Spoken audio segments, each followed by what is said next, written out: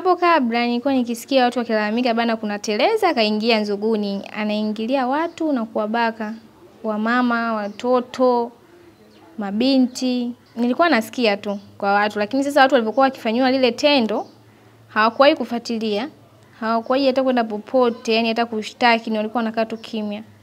Sawa, lakini hiyo siku ya kwanza alipokuja kwetu ilikuwa tarehe 3 saa 10.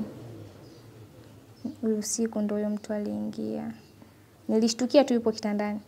Milango ilikuwa imefungwa tu kila, yani vizuri tu, maana tulikuwa tushaanza kusikia taarifa zake muda, kwa hiyo tulikuwa tunaishi kwa tahadhari. Na tulikuwa tunafunga milango tu vizuri, tunaweka na vitu milangoni. Kama ndio hivyo, sikujua ingeje. Mimi tu nilishtukia mtu yupo kitandani. Na nilikuwa tunajigeuza nimwangalie mwanangu, ile nageuka tu namkuta mtu huyo hapo kanishikia kisu. Kananiambia tulia hivyo hivyo.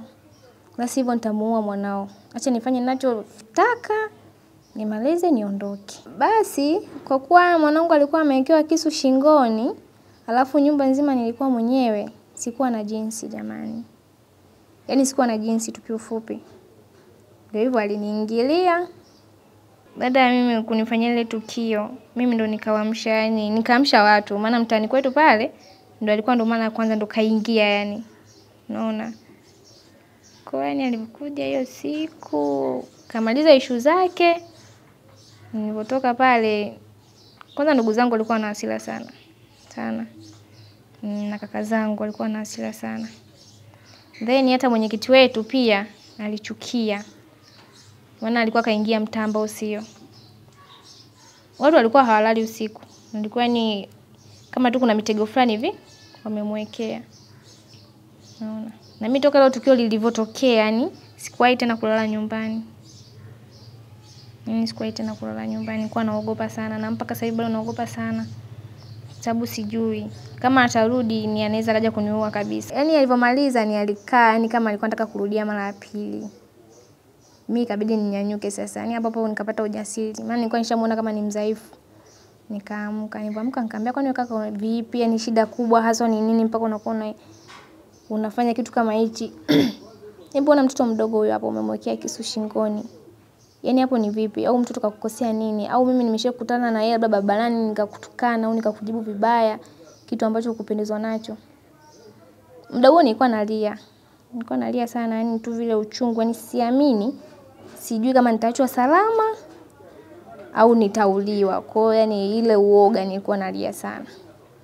Basi naye tu sijui. Atakuwa sija na huruma zake. Sijajua sasa, maana tu alifikia kuamka akaondoka. Swali aliloniuliza tu la mwisho, yani jibu alilonijibu akaniambia kwa nini niondoke?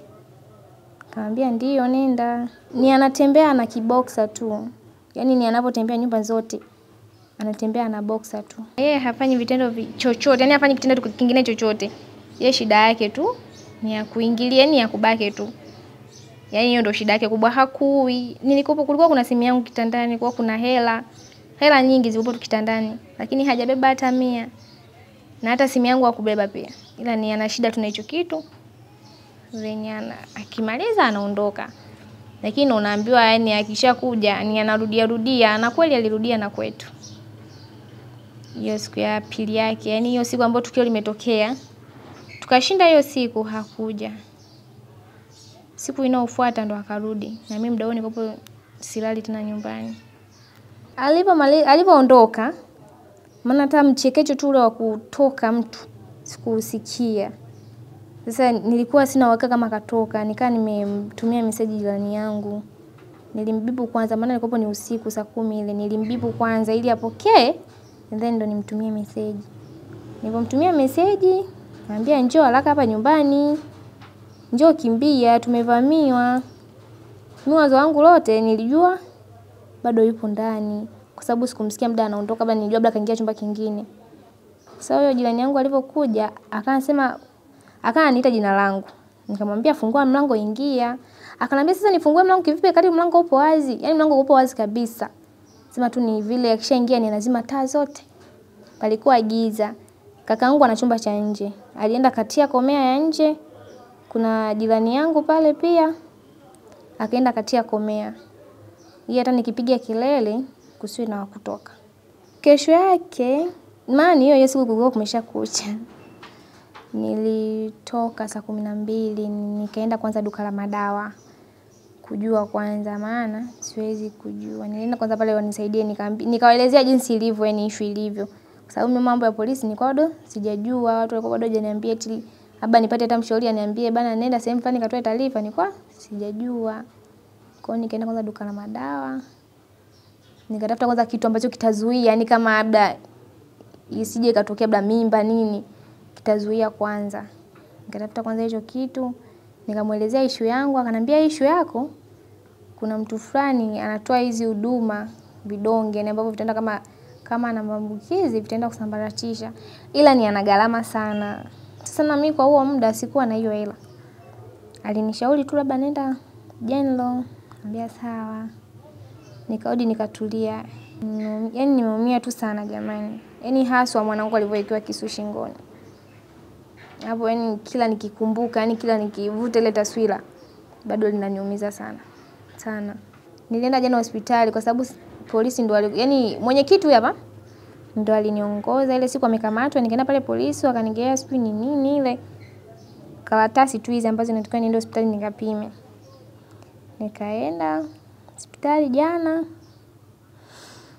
Wakanipima, walinikuta tu niko salama. Lakini sasa yani walinikuta niko salama, lakini sasa walinishauri tu kuna dawa walinigaia nitumie kwanza.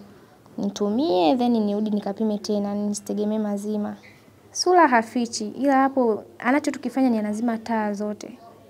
Yani akishaingia mwanzo anatafuta kama ni switch ya chumbani kwako, sebuleni, vyumba vyote. Anazima taa, anakuwa na taa yake ndogo, lakini vile nilipokuwa nimekaa naongea naye, sura ilinijia, nilimaki kidogo.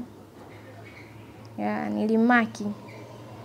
Na hata hivyo ile juzi nilivyoitwa kwenda kule, nilivyoenda na mwenyekiti hapa, ni ndo yeye nilimuona. Yeye hafanyi vitendo chochote, yani hafanyi kitendo kingine chochote. Yeye shida yake tu ni ya kuingilia, ni ya kubaki tu. Yani hiyo ndo shida yake kubwa, hakui. Kulikuwa kuna simu yangu kitandani, kulikuwa kuna hela nyingi zilikuwa tu kitandani, lakini hajabeba hata 100. Na hata simu yangu hakubeba pia. Ila ni ana shida tu na hicho kitu. Zenyana akimaliza anaondoka. Lakini unaambiwa yani akishakuja ni anarudia na kweli alirudia na kwetu. Hiyo siku ya pili yake, yani hiyo siku ambayo tukio limetokea, tukashinda hiyo siku hakuja. Siku inayofuata ndo akarudi. Na mimi muda huo nilikuwa silali tena nyumbani. Alivyorudi alimkuta mdogo wangu na mama. Sasa mama alikuwa chumbani kwake, mdogo wangu alikuwa chumbani kwetu, yani huko ambapo ameshazoea. Kwa hiyo alijua tu akiingia anamkuta yule dada na mtoto wake. Ambaye anamwekea tu kisu shingoni, anajua udhaifu wake mtoto. Alivyoingia siku alimkuta mdogo wangu. Sasa mdogo wangu naye ni mbabe tu, alishtukia anavuliwa nguo. Aliposhtuka anavuliwa nguo ndo kuamka. Akamwambia wewe vipi? Akamtishia tulia hivyo hivyo. Mdogo wangu akamwambia nitulie hivyo hivyo kivipi? Tulia mwenyewe. Yani vile alipotaka kupiga kelele akakimbia. Muda huo yani haikuchelewa sana, mamangu naye akakashapiga kelele.